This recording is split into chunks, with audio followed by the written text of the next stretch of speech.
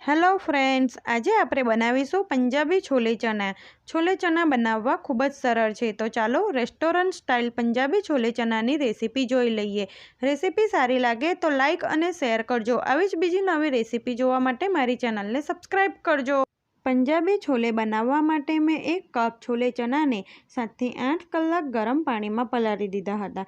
તો ચણા સરસ પલળી ગયા છે. હવે ચણાને એક વખત સારી રીતે ધોઈ લઈશું. તો મેં ચણાને ધોઈને કુકરમાં લઈ લીધા છે. તેમાં 1 થી 1.5 ગ્લાસ જેટલું પાણી ઉમેરીશું. સાથે જ તેમાં આખા ખડા મસાલા પણ ઉમેરીશું.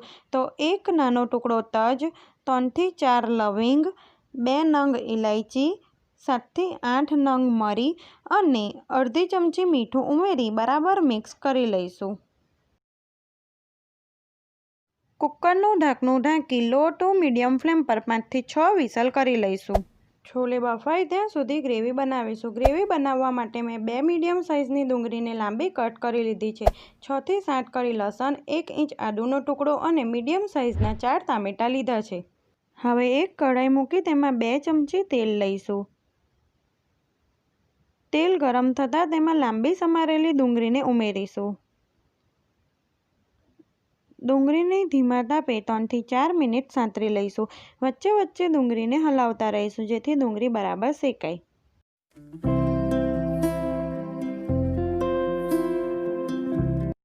થોડી ડુંગળી સતરાય એટલે તેમાં 6 થી 7 કળી લસણ અને 1 ઇંચ આદુનો ટુકડો ઉમેરીશું.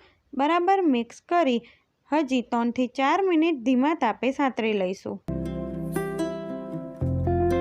તો તમે જોઈ શકો છો ડુંગળી અને આદુ લસણ બરાબર સતળાઈ ગયા છે.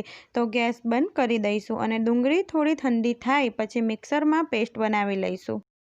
5 થી 7 મિનિટ પછી ડુંગળી થોડી ઠંડી થઈ ગઈ છે.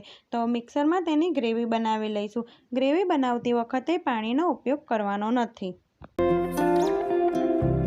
તો મેં ડુંગળીની અને 4 નંગ મીડિયમ સાઇઝના ટામેટાની પેસ્ટ બનાવી લીધી છે. હવે 5 થી 6 વિસલ પછી છોલેનું કુકર પણ ઠંડુ થઈ ગયું છે. તો છોલે જોઈ લઈએ. તો તમે જોઈ શકો છો છોલે એકદમ સરસ બફાઈ ગયા છે. હવે એ જ કઢાઈમાં 4 થી 5 મોટી ચમચી તેલ ગરમ કરવા મૂકીશું. તેમાં 2 તમાલપત્ર અને 1 ચમચી જીરું ઉમેરીશું. જીરાને ધીમા તાપે શેકી લઈશું.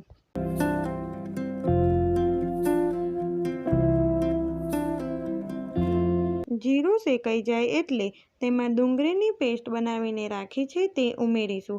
હવે તેને પણ સાંતળી લઈશું. આપણે પહેલાં પણ ડુંગળી શેકી હતી એટલે વધારે નહીં શેકીએ, પણ 2 થી 3 મિનિટ સ્લો ફ્લેમ પર શેકી લઈશું. આ રીતે ગ્રેવી બનાવવાથી છોલેનો ટેસ્ટ સરસ લાગે છે. તો ડુંગળીની પેસ્ટ સરસ શેકાઈ ગઈ છે. હવે તેમાં ટામેટાની પ્યુરી બનાવીને રાખી છે તે એડ કરીશું. તેને બરાબર મિક્સ કરી લઈશું. તેને સ્લો ટુ મીડિયમ ફ્લેમ પર બરાબર શેકાવા દેવાનું છે. એટલે જ્યાં સુધી ગ્રેવીમાંથી તેલ છૂટું ના પડે ત્યાં સુધી થવા દેવાનું છે. આ રીતે થોડી થોડી વખતે ચેક કરતા રહીશું. તો હજી તેમાં પાણીનો ભાગ છે એટલે હજી તેને 4 થી 5 મિનિટ સ્લો ફ્લેમ પર શેકાવા દઈશું. 5 મિનિટ પછી તમે જોઈ શકો છો ગ્રેવીમાંથી થોડું થોડું તેલ છૂટું પડવા લાગ્યું છે. તો તેમાં આ ટાઈમે જ મસાલા કરીશું. 2 ચમચી લાલ મરચું, મેં અહીં કાશ્મીરી લાલ મરચું લીધું છે એટલે છોલેનો કલર સરસ આવે. 1 ચમચી ધાણા જીરું, અડધી ચમચી હળદર, 2 ચમચી છોલેનો મસાલો, અડધી ચમચી ગરમ મસાલો નાખીશું.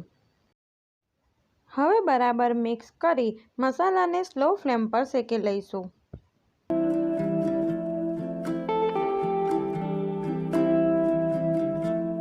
તો તમે જોઈ શકો છો ગ્રેવીમાંથી સરસ તેલ છૂટું પડી ગયું છે અને ગ્રેવી બની ગઈ છે. કઢાઈથી અલગ થવા માંડે એટલે સમજવું કે ગ્રેવી પરફેક્ટ બની ગઈ છે. તો હવે તેમાં બાફેલા ચણાને એડ કરીશું. પહેલાં આપણે એકલા ચણા જ એડ કરીશું.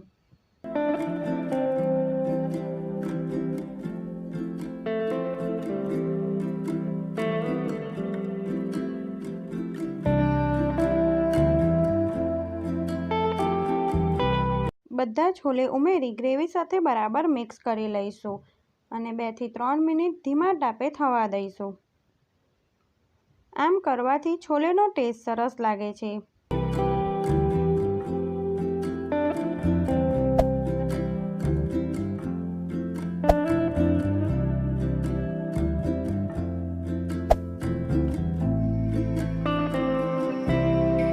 હવે તમારે છોલેની ગ્રેવી જાડી પાતળી જેવી જોઈએ એવી એટલા પ્રમાણમાં એ રીતે પાણી ઉમેરવું. અમારા ઘરે ગ્રેવીવાળા બને છે તો હું 1 થી 1.5 કપ પાણી એડ કરીશ અને જે છોલે બાફ્યા હતા તે જ પાણી એડ કરીશ.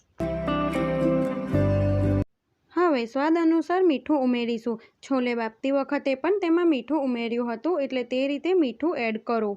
બરાબર મિક્સ કરી ઢાંકણું ઢાંકી સ્લો ટુ મીડિયમ ફ્લેમ પર 4 થી 5 મિનિટ થવા દઈશું જેથી ગ્રેવી થોડી થીક થઈ જાય. 5 થી 6 મિનિટ પછી તમે જોઈ શકો છો છોલેમાં સરસ તેલ છૂટું પડી ગયું છે. તો હવે ગેસ બંધ કરી છોલે પર ફ્રેશ ધાણા નાખીશું. તો ટેસ્ટી પંજાબી છોલે બનીને તૈયાર છે. તમે ભટુરે, પરાઠા કે પૂરી સાથે સર્વ કરી શકો છો. તો આ રેસીપીને તમે ઘરે જરૂર ટ્રાય કરજો. રેસીપી પસંદ આવે તો લાઇક અને શેર કરજો. આવી જ બીજી નવી રેસીપી જોવા માટે મારી ચેનલને સબસ્ક્રાઈબ કરજો. Thanks for watching.